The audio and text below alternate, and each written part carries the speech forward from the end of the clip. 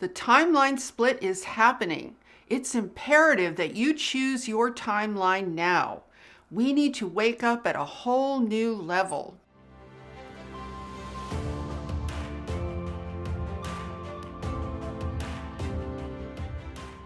Hi, I'm Saratoga Ocean, and I work together with an interdimensional, interuniversal, and extraterrestrial force known as Telstar, along with Archangel Michael. In this video, I'm going to help you see timelines from an entirely new perspective. This is important because we can no longer afford to tie our destiny to whatever the controllers of this planet are doing. Now, there is a massive intensification of light happening on this planet right now. Maybe you've been feeling how incredibly intense the overall energy is. But the important thing is how we interpret and respond to this powerful surge of light, because this is the light that is creating the timeline split. Now, in order to understand timelines, we have to look at the subject of death and how we subconsciously view that. Now, there is a deep form of subconscious programming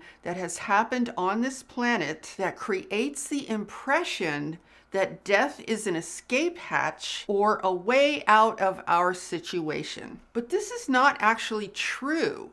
See, timelines do not recognize death. An evolutionary timeline only recognizes us as who we truly are. Infinite cosmic beings who are in a much larger process or trajectory of evolution.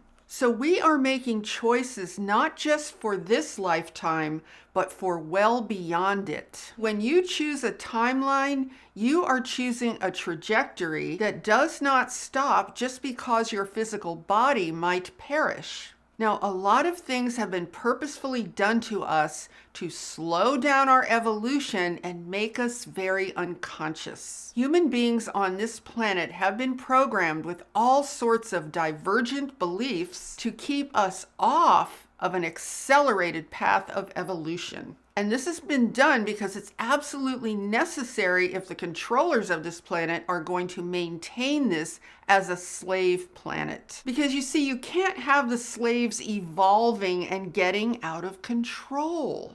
Now, let's face it, life on Earth is extremely difficult and can even be quite painful, especially right now. Now, religions have led us to believe that death is when it's all over and you get to go to heaven. We've been told that we get relief by dying. So what do you think that does to your mind when it comes to your evolution? Well, it completely kills your motivation. I mean, it's really very insidious. It's like if you're already exhausted dealing with the suffering that occurs on this planet, you might think, well, what's the point in trying to evolve? It will all be over soon anyway, so why bother? It's easier to just wait until I die and then be done with it. And this is exactly why people reincarnate again and again to deal with all of the stuff they neglected in previous lifetimes. You know, Adam, who is one of the beings that I channel in Telstar,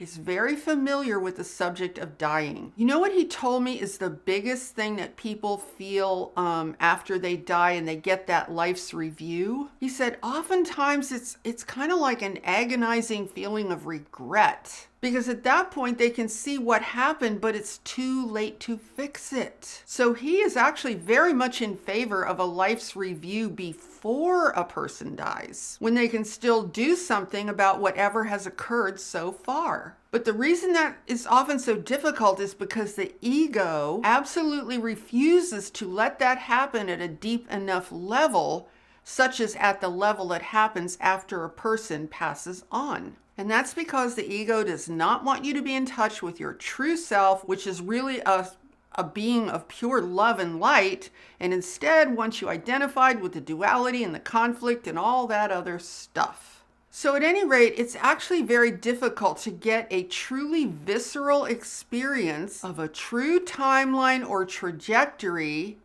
if you think it's all over when you die. So we need to have a conscious experience of the fact that evolutionary timelines are completely transcendent of death. Evolutionary timelines are connected to our true selves and to our evolution as infinite beings.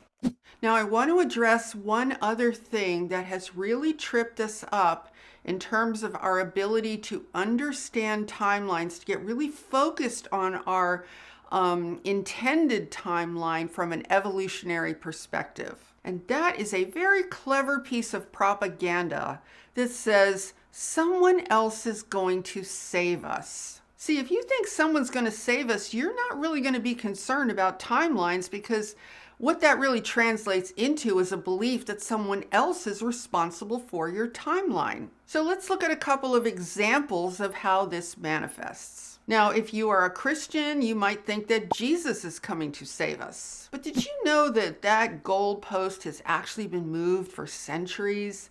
I mean, I think first he was going to come in 200 years, and when that didn't happen, it was 500 years, and when that didn't happen, it was 1,000 years, and when that didn't happen, it was 2,000 years, and now it's kind of like 21 years too late from that 2,000-year goalpost. So the goalpost has continued to be moved for centuries. See, that's not the best response when it doesn't happen, is to just move the goalpost. One question I've always had about that is, if he was going to come and save us, why is he procrastinating for so long? I mean, what is the point?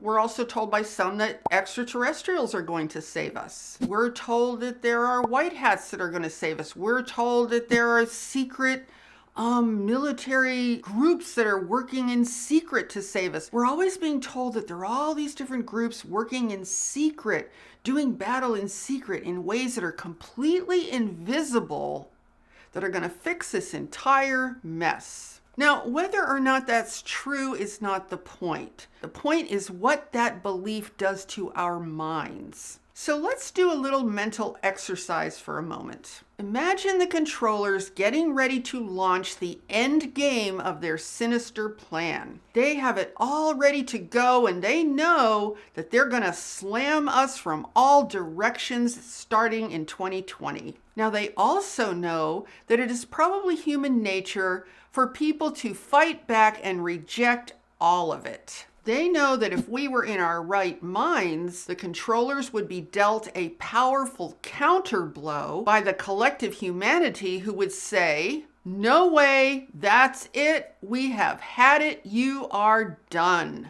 They know that certain elements in humanity would probably come back at them with a lot of energy in a sort of counterpunch to their sinister plan. I mean, they would know that that would probably be a natural reaction if they didn't account for that in advance. Now, because they tend to think and behave in ways that are honestly smarter and more strategic than we are, they would know that fighting against a spearhead of humanity coming back at them wouldn't go very well for them.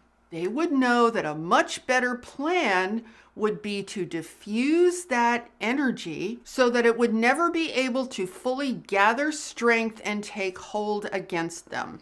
Now, how do you think they might solve that problem? Well, there's only one obvious way to solve it. Make the people believe that someone else is already taking care of the problem, that someone or some group is secretly fighting the fight on the people's behalf and winning. See, the key word here is secret. The battle has to be invisible. That way you can adjust the story any way you want. Now, this is called telling the people what they most want to hear. People are stressed out, they're overwhelmed, they're traumatized, and they don't know what to do. So they're going to be very receptive to yet another lie secretly instilled into the collective by the controllers, that there's nothing to worry about because everything is secretly going very well in their favor. It's what is known as launching multiple disinformation campaigns, which is a very common strategy used in psychological warfare. And this is absolutely a psychological war.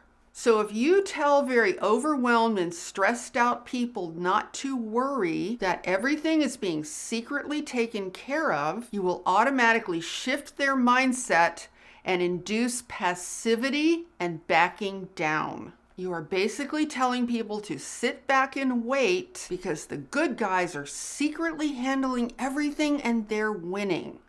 Now, as I said, it's not a matter of whether or not this is true or not. That's not the point. The point is that this belief works entirely in the controller's favor.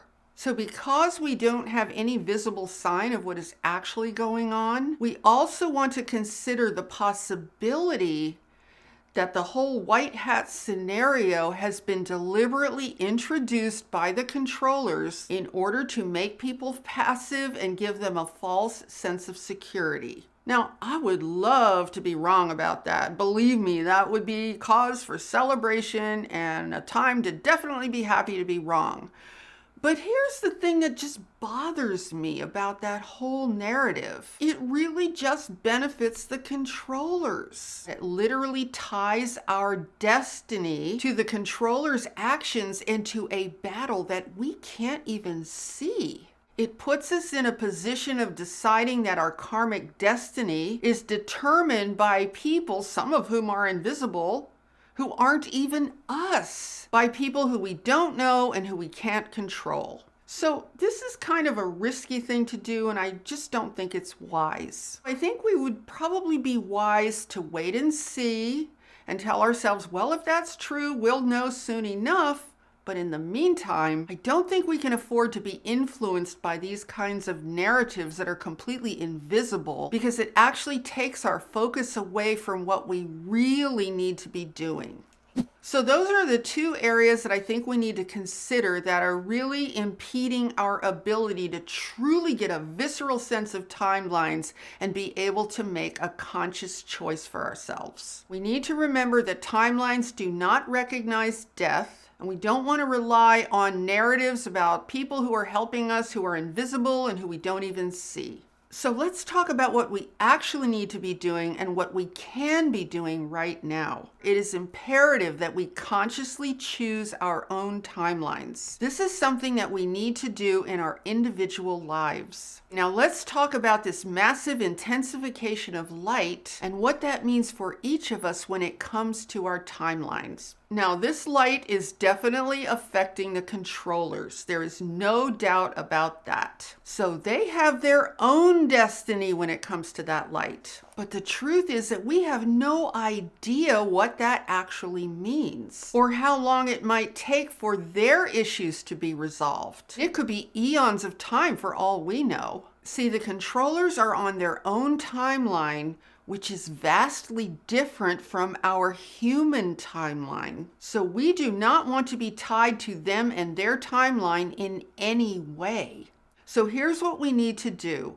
We need to form our own connection with that powerful light. This means a massive increase in our level of individual self-awareness. Now, one of the things you might be experiencing right now is a tremendous illumination of your patterns and your belief systems. It could almost feel like someone is turning on a giant spotlight of clarity on all of the issues that are causing you pain in your life and are keeping you feeling stuck. See, this light is really powerful, and it's there to give you an illuminated choice. This light is giving you a chance to come to terms with all of these things now, because now is when you need to choose what you are allied with inside of yourself.